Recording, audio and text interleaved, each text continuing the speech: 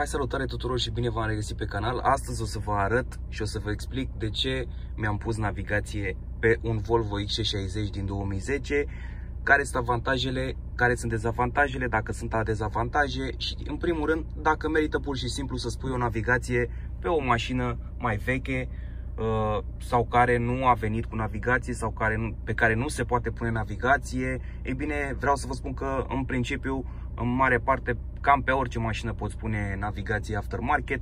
Ideea e să știi de unde să cumperi, să știi ce model ți se potrivește ție și, bineînțeles, înainte de a cumpăra această navigație, dacă ai oportunitatea să discuți cu cineva care se ocupă cu vinderea acestor dispozitive, înainte de asta să iei legătura cu ei, să-ți explice și în mare parte cam despre ce este vorba, ce mașină ai tu, îi explici tu lui, el ție cam ce ai avea tu nevoie și tot așa până îți vei da seama ce fel de model ți se potrivește. Eu o să vă las în descrierea acestui clip de unde mi-am cumpărat eu navigația și, bineînțeles, unde am montat-o în București. Pentru că eu sunt din București, eu vă las un link acolo de unde am mers și am montat-o. Vreau să spun că această mașină Volvo XC60 adică este și a fost destul de greu de montat o navigație pe ea, deoarece a trebuit să desfacem toată această consolă, care, bineînțeles, era foarte bine prinsă, pentru că mașinile astea se știe că sunt niște mașini făcute foarte bine și vreau să spun că s-au chinuit băieții foarte mult, dar într-un final au reușit să monteze această navigație și, după cum puteți vedea, nu poți să-ți dai seama că nu a fost aici, adică se îmbină extraordinar de bine. Zici că a fost așa de la mama ei, arată extraordinar de bine. Este varianta 2 GB 32 de ROM, vine cu Android 11. V-am spus, am luat-o de la Navi IT, de la băieții de la Navi IT, foarte prompt băieții, s-au mișcat foarte bine, au trimis, cred că a doua zi au trimis, am avut tableta cu tot ce trebuie în ea, inclusiv cu această ramă care vine special pentru mașina asta. Apoi am mers la service, am montat-o și, după cum puteți vedea, hai să vă prezint așa, în mare parte, câteva chestii pe care le poți face, câteva avantaje, ca să zic așa. Păi și o să începem cu cel mai mare avantaj din punctul meu de vedere, când vine vorba despre un SUV sau o mașină mare, cum majoritatea cred că aveți, sau indiferent că e mică, mare, o cameră de marșarier te ajută întotdeauna. Așa, acum o să mergem să băgăm. Vreau să menționez că această cameră pe care o am pe mașină pusă a venit gratis la achiziționarea acestei tablete, acestei navigații, mi-a dat-o băieții gratis. Nu este nici cea mai bună, nu este nici cea mai proastă. O să vă arăt exact acum. Și o să mergem să băgăm un marșarier și, după cum puteți vedea, avem camera de marșarier care este în 60 de fps-uri. Calitatea este destul de bună. Pentru ce ai nevoie este, zic eu, suficient și unghiul de vizualizare este destul de bun. După cum puteți vedea, o băgăm în mod parking și din nou avem main screen-ul. Și acum o să vedem exact cu ce ne ajută această navigație. Și o să mergem, în primul rând, că am deschis eu aici niște chestii și o să ne uităm. Avem odată Maps-urile. Da? Poți să te duci oriunde, ai navigație de la Google, ai navigație de la Waze, dacă nu mă înșel, cred că n-am deschis-o eu. O să intru puțin pe YouTube să vă arăt care e treaba, da? Și o să punem și puțină muzică, să vedem cum se aude. Mașina oricum se aude bine, vine legată la modul auxiliar, pentru că pe mașina asta, din păcate, fiind mai veche, numai așa se poate lega. Depinde de vechimea mașinii. Dacă aveți o mașină mai nouă, o să aveți mai multe beneficii pe această navigație pentru mașina voastră, ulei și alte chestii de genul ăsta. Adică o să vă arate mult mai multe lucruri. Hai să mergem pe volum. Ia volumul e la maxim. Volumul acum eu pot să regrez fie din comenzile pe volan, fie de la consolă.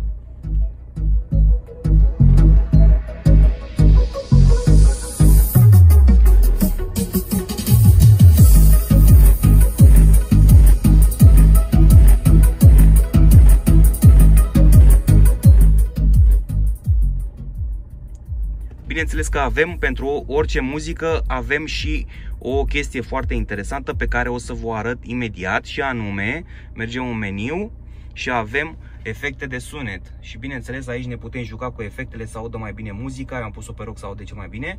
Da? După aceea putem să ascultăm sau să vedem o emisiune radio, spre exemplu. Hai să vedem ce avem aici instalat. Am instalat Zoo. Da? Putem să ascultăm, să vedem emisiunea live. Adică sunt foarte multe avantaje, nu neapărat pentru tine ca șofer, cât pentru cei care stau în dreapta ta dacă ai cu cine să vezi, dacă ai cu cine să mergi în mașină. Sau pentru persoana din spate, pentru că este pusă central și astfel cei mici, dacă ai copii, se pot uita la desene și toate chestiile de genul ăsta. Da, frumos, dai muzica, dăm la maxim. Da, frumos, pac, adică mie mi se pare super ok.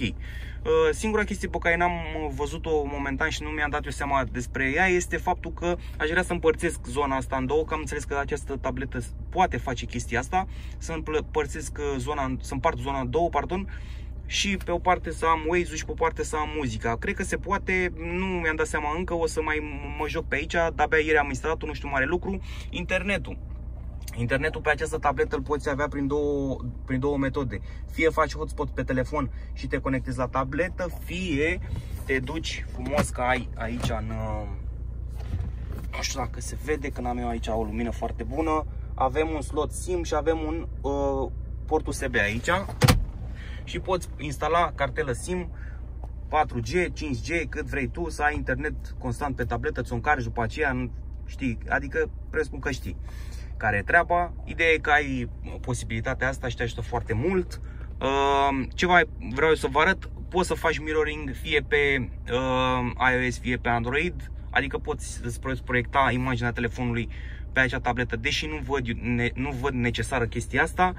Avem și Waze-ul frumos, dacă avem nevoie să folosim Waze-ul pe tabletă, totul la cum se mișcă tableta, practic este mai încetinită din cauza faptului că eu folosesc internetul pe hotspot și n-am un internet extraordinar de bun. Dar dacă îi pui o cartelă, îți spun că este perfect. Adică n-ai niciun fel de problemă, o să-ți meargă super bine. Ea, în fine, în sine ei se merge și se mișcă foarte bine. Și ai o grămadă de chestii, practic ai magazin Play. Dacă vrei să-ți downloadezi orice fel de aplicație pe această tabletă, o poți face. De exemplu, eu mi-am pus aplicația de la... Unde este? Hai să vedem. Dacă o găsesc pe aici, că am instalat-o de curând, n-am configurat-o încă. Da, uite, de la camera de DVR care registrează traficul și practic pot vedea și accesa clipurile de pe această cameră 70. Mai vă recomand, este super tare. Da, este băgată frumos prin spate, cum trebuie, băgată în această tabletă, este accesată și îi dă puterea această tabletă practic, deci nu e băgată la brichetă sau altceva, slotul e liber, totul este băgat frumos, nu se vede niciun fir, n-am nicio treabă, totul e băgat prin închidere. A fost o treabă destul de grea pentru mașina asta, pentru că v-am spus, e o mașină foarte închegată. Și mai aveam să vă arăt o chestie foarte tare, și anume microfonul pentru Bluetooth hands-free, pe care îl vedeți aici frumos, pentru că te poți conecta prin Bluetooth. Da, stai să vedem dacă am aplicația pe aici, că trebuie să fie. Și aici pe Bluetooth, practic ai să faci telefoane, să dai telefoane sau să asculti muzică, da? De pe telefon, dacă ai muzică pe telefon, sau poți conecta un stick de pe care să asculti muzică tot timpul. Dar chestia asta cu Bluetooth, vă spun sincer că se aude sunetul celui care te sună, se aude în boxele mașinii, iar vocea ta este preluată de acest microfon care este extraordinar de bun, vă spun sincer. Extraordinar de bun. Aici, în momentul în care mergi cu mașina, ți arată ce viteză ai, aici ai data, aici poți să-ți dai drumul la muzică în timp ce folosești chestia asta. V-am spus, o să mai mă joc eu puțin cu ea să vă arăt și cum se împarte ecranul, să folosim, de exemplu, fie Waze-ul, fie muzica și tot așa. Ce ar mai fi de spus? Dezavantajele, sincer să vă spun, eu nu văd niciunul. Prețul a fost destul de bun pentru ceea ce oferă această tabletă. Se poți lua variante mai bune, mai performante, dar vă spun sincer că un 2Go32 este arhi suficient cam pentru orice fel de mașină. Și singura chestie pe care v-aș recomanda eu este să mergeți pe o cameră de mașarier cât mai bună posibil. asta nu e rea, dar nu e nici bună, adică calitatea este cât de cât ok, dar există camere care au inclusiv tub din ăla care se mișcă în momentul în care miști volanul și sunt mult mai performante și mult mai ok, pe care le poți lega la această navigație. Astea fiind spuse, cam despre asta este vorba. Asta este mașina mea, un Volvo XC60 din 2010, o mașină extraordinară pentru familie și doar pentru familie, pentru că altceva nu prea face SUV-ul ăsta. Este 4x4, dar pentru ce am eu nevoie, având copii, este extraordinar de bine și spațiu în ea, confortul, faptul că e 4x4 și te ajută în cam orice situație, motor 2.4, diesel, de cât decentă. Vreau să mai vă arăt o chestie pe care n-am putut să o ascund și anume modul GPS, care de obicei trebuie să fie cât mai vizibil, pentru că de acolo și semnalul această navigație pentru Waze, pentru Google Maps și pentru chestiile de genul ăsta. Așa că, fraților, astea fiind spuse, cam ăsta a fost clipul. Acum voi decideți dacă merită să vă cumpărați o navigație pentru mașină, fie că e o mașină veche, fie că e o mașină nouă. Poți înlocui navigația, de exemplu, dacă ai un Spring și vrei o navigație mai bună, mai competentă, e bine, poți apela și poți schimba navigația inclusiv de pe mașinile noi electrice și îți poți spune ceva de genul ăsta. După cum puteți vedea, designul e foarte mișto și faptul cum se încadrează în bordul mașinii, deși mașina asta nu a fost făcută să aibă o navigație, mi se pare super, super tare. Așa că dacă vreți să vă luați navigație și nu aveți unde să o montați, sunteți din București sau eu știu, din altă parte a țării și vreți să vă montați și să vă achiziționați o navigație, eu personal vă recomand pe punctul meu de vedere băieții ăștia de la Navi IT și bineînțeles serviciul din București, unde eu am mers și am făcut această instalare, pentru că sincer să vă spun, singur n-am reușit și nu cred că reușeam să desfac. O să vă arăt în clipul ăsta niște poze cu consola mașinii astea desfăcută, că e destul de dificil. Dar dacă ai o mașină mai simplă, cred că dacă te pricepi cât de cât binișor la mașini, cred că ți-o poți monta și singurel. Astea fiind spuse, hai să o închidem să vedem cum se închide și să închidem și în acest clip. Dar nu uitați să te abonezi, să lași un like și să dai share mai departe.